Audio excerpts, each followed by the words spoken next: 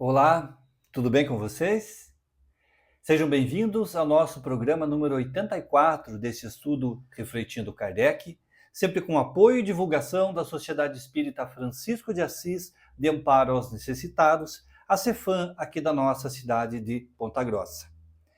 Eu comentei na semana passada que nós faríamos nesses nossos próximos 3 estudos uma reflexão sobre o tema do suicídio, por conta de, nesse mês de setembro, estar se vendo em vários campos divulgada a campanha de prevenção ao suicídio ou de esclarecimento quanto às questões do suicídio.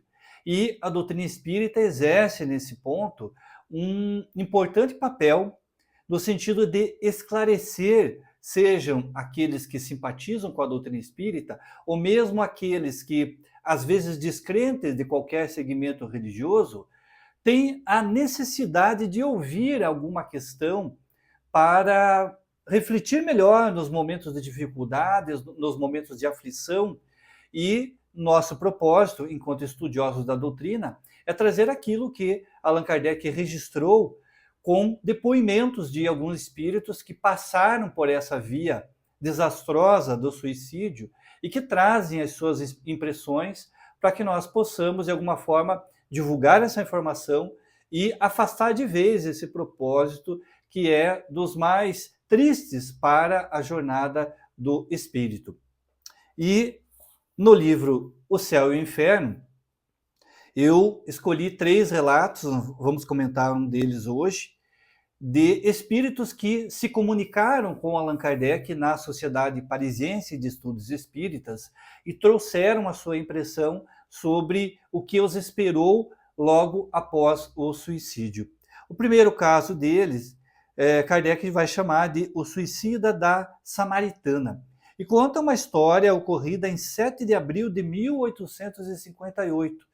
De uma forma bastante resumida, um cidadão se hospedou no hotel, pediu lá um quarto, pediu que se lhe enchesse a banheira e acabou por se suicidar, cortando o pescoço na banheira. Então, se mutilou dessa forma, acabou perdendo a vida.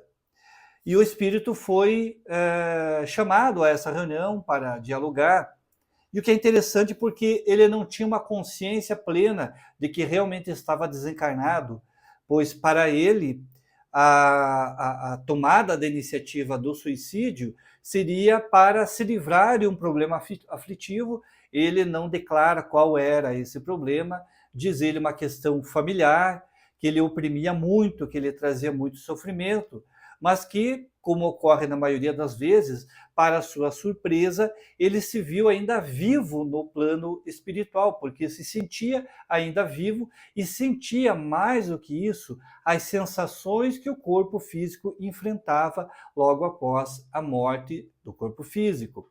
Então, quando ele é tratado como um desencarnado, como estando no mundo espiritual, ele custa compreender esta condição, porque não se vê morto. Quando as perguntas lhe são feitas, como é agora, uma pós-morte, ele diz, mas eu estou morto. E um detalhe bastante interessante, que Kardec vai comentar mais adiante, é que ele percebe, ou se percebe ainda ligado ao corpo, e uma frase que ele coloca, sinto os vermes a corroerem-me. Então ele se mantém preso a este corpo, e São Luís, que é o espírito que orienta Allan Kardec nessa reunião, é perguntado sobre essas sensações. E São Luís vai esclarecer que, na maioria das vezes em que ocorre o suicídio, ou seja, o espírito interrompe a sua vida física muitos anos antes daquilo que seria o natural de ele retornar à vida espiritual, ele vai permanecer preso, muitas vezes, preso a este corpo físico por ao longo de todos esses anos que ainda restam para que ele conclua a sua jornada. Então imaginemos que na programação desse espírito ele devesse desencarnar com 60 anos e venha se suicidar com 30, ele pode permanecer os próximos 30 anos ainda preso ao corpo físico, sofrendo as sensações, acompanhando toda a decomposição do corpo físico. Claro que Kardec vai dizer que isso varia muito de espírito para espírito, demerecimento, de apego à matéria, mas de uma forma geral, essa circunstância é comum a todos aqueles que relatam o pós-suicídio, as suas sensações. E eu vou ler o comentário de Kardec, que ele faz, em primeiro lugar, sobre essa surpresa que o espírito tem de não se ver morto enquanto se acreditava morto. Ele anota assim: essa dúvida da morte é muito comum nas pessoas recentemente desencarnadas, e principalmente naquelas que durante a vida não elevam a alma acima da matéria. É um fenômeno que parece singular à primeira vista, mas que se explica naturalmente. E aí ele vai exemplificar aqui, eu vou resumindo bastante o nosso tempo é curto, né? Ele resume dizendo que se você perguntar a alguém que esteja no estado sonambúlico e disser, você está dormindo? A pessoa dirá, não estou dormindo, porque ele está caminhando, ele está se movimentando, e para esta pessoa, estar dormindo é estar totalmente desligado do corpo. Então ele diz que o mesmo acontece com aquele que, se vendo no mundo espiritual ainda se sentindo vivo, não se considera morto, porque ele consegue ter movimento, consegue perceber o corpo físico da mesma forma. Então ele diz assim, em relação à comparação com alguém que esteja dormindo. O mesmo acontece com o homem que acaba de desencarnar. Para ele, a morte era o aniquilamento do ser. E tal como o sonâmbulo, ele vê, sente e fala, e assim não se considera morto. E isto afirmando até que adquira a intuição do seu novo estado. Essa ilusão é sempre mais ou menos dolorosa, uma vez que nunca é completa e dá ao espírito uma tal ou qual ansiedade. Imaginemos o sofrimento desse espírito que pretendia, com a morte do corpo físico, com o suicídio, aliviar todo o seu sofrimento moral, as dores, a angústia, e que, ao se ver ainda vivo no plano espiritual, logo após o ato do suicídio, além da sensação física, ele permanece com a mesma angústia, com o mesmo sofrimento, com a mesma tortura moral que tinha antes. No exemplo supra, ela constitui verdadeiro suplício pela sensação dos vermes que corroem o corpo, sem falarmos da sua duração, que deverá equivaler ao tempo de vida abreviada.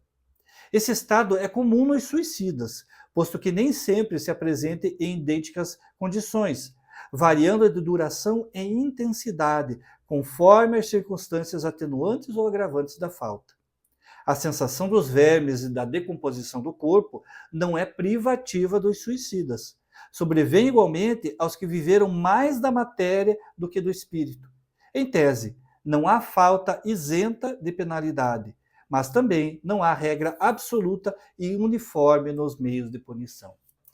Então, muitas vezes, quando alguém comenta sobre determinado irmão que se colocou diante dessa postura negativa e se entregou ao suicídio, a apreciação de que ele deva estar passando por esta ou por aquela aflição. Allan Kardec deixa bem claro, isso é muito variável. Pode acontecer? Pode, mas pode acontecer com qualquer pessoa, ainda que não suicida, mas apegada à matéria. Então imaginemos alguém muito vaidoso, alguém muito apegado ao corpo físico, aquele que diz, não, eu não quero morrer, eu amo essa vida, eu quero permanecer e tal. É claro que nós devemos amar a vida, mas com a consciência de que a vida espiritual, conforme Jesus já nos preveniu, ela é certa. A vida futura é a vida verdadeira. Todos nós sabemos que em algum momento nos chegará a morte e é preciso estar nos preparando para essa vida futura. O apego ao materialismo, a este corpo físico, a tudo que é passageiro, a poder, a dinheiro, etc., faz com que muitas vezes aquele que tem uma morte dita natural também sofra esta consequência do suicida. Permaneça preso ao corpo, permaneça sentindo as sensações da decomposição do corpo físico e que, imaginemos, é algo muito doloroso. Então, se você conhece algum familiar de alguém que passou pelo suicídio, não coloque essas verdades ou essas situações para alguém, porque pode não ser a condição desse espírito desencarnado. Agora, se você tem a consciência, a partir desse estudo, de que isso possa estar acontecendo, leve uma prece a esse espírito. Uma prece para que os bons espíritos o auxiliem, para que ele logo tome consciência dessa sua condição e que ele se recomponha o mais rápido possível, a fim de que esse sofrimento não se alongue por muito tempo. Mas, acima de tudo, tenha consciência de que a solução não é a porta de saída da vida física, não é aquilo que Deus programou para nós. E sim, a questão tem que ser natural, de acordo com a programação divina. E quando alguém se suicida, tendo um propósito maior, tendo uma desculpa, um motivo, uma justificativa para tirar sua vida, muitas vezes no intuito de poupar o sofrimento de terceira pessoa. Será que nessas condições, sob o ponto de vista da lei divina, a vida espiritual, terá esse espírito suicida alguma abreviação das suas dores? Será desculpável o suicídio quando ele se justifica numa causa dita maior? Aguardo você na próxima semana para continuarmos o estudo desse tema tão importante nesse mês em que se procura divulgar o valor à vida. Tudo há uma solução. Para tudo temos uma forma de resolver, desde que a confiança em Deus seja maior. Uma ótima semana para você, que Jesus ampare o seu lar e nos encontramos aqui na próxima sexta-feira. Tchau!